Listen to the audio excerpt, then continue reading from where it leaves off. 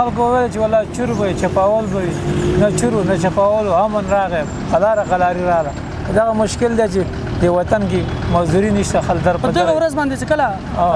د امارت اسلامي ځواکونه داخلېدل تاسو څه کومه بده خطر خطر نه لرئ نه ولې به دې بده خطره بس خطر خلکو وایي دا به چوري چپاول به سرق نظام به سرق بنئ همدارنګه د دغه اشغال د دورې تیرې ادارې تاسو کوم خطر راته ویلی شئ لکه څنګه خاطره تاسو څه یو څه سره مخ شوي څه مشکلات وي څه شی والله موږ همدغه مخکې هم دا کله جواني کوله اوس هم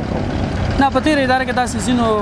غلو سره ځینې بې امنیتي دې سره مخ شوي یاستئ او ځینې په بازار ډک بازار کې به نجیب ووالو غلا به یې نه وکړه چوري چپاول وال ټکولو دلته خو غونډه شپه کړې شپې د 10 بجې کارته نه زما هیڅ خبره هم نشته تاسو اوس سوداګري کوئ د سړک په سر باندې د شپې د ورځې داسې ډاډمن یاستئ اوس ښه ډاډمن زه زما 10 بجې کور ته ځم هغه وخت زه به مازدیګر تلم کور ته